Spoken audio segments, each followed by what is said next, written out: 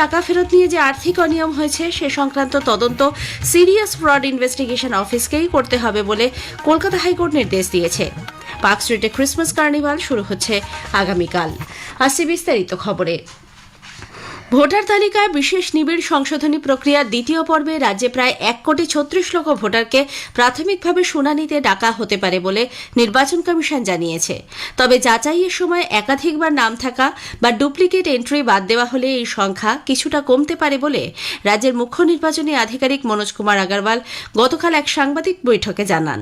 তিনি বলেন, শুনানিতে ডাক পেলেও ভয় পাওয়ার কোনো কারণ নেই। जो भी एलिजिबल वोटर है वो वोटर लिस्ट में रहेगा, इनएलिजिबल है वो चला जाएगा।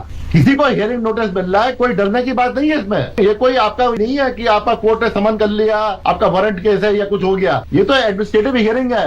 आप डॉक्यूमेंट लेके जाइए, आपको हेल्प करेगा हियरिंग में, और हियरिंग में अगर आपका केस रिजेक्ट होता है तो आपको एक ऑर्डर मिलेगा और आप देख लेंगे हियरिंग जो रिजेक्शन हुआ है ठीक हुआ है नहीं हुआ है। नहीं हुआ है तो आप अपील कर सकते हैं। প্রাথমিকভাবে খসড়া তালিকা থেকে বাদ পড়েছে 58 লক্ষেরও বেশি নাম।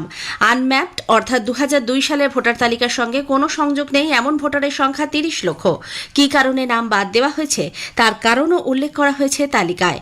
খসড়া তালিকা প্রকাশ হবার সপ্তাহখানেকের মধ্যে শুনানি পর্ব শুরু হতে পারে বলে মুখ্য নির্বাচনী আধিকারিক জানান। একটি প্রতিবেদন। খসড়া ভোটার তালিকা প্রকাশ হওয়ার সঙ্গে সঙ্গেই তালিকায় নাম না থাকা ভোটারদের মধ্যে ছড়িয়ে পড়েছে আশঙ্কা আর জল্পনা।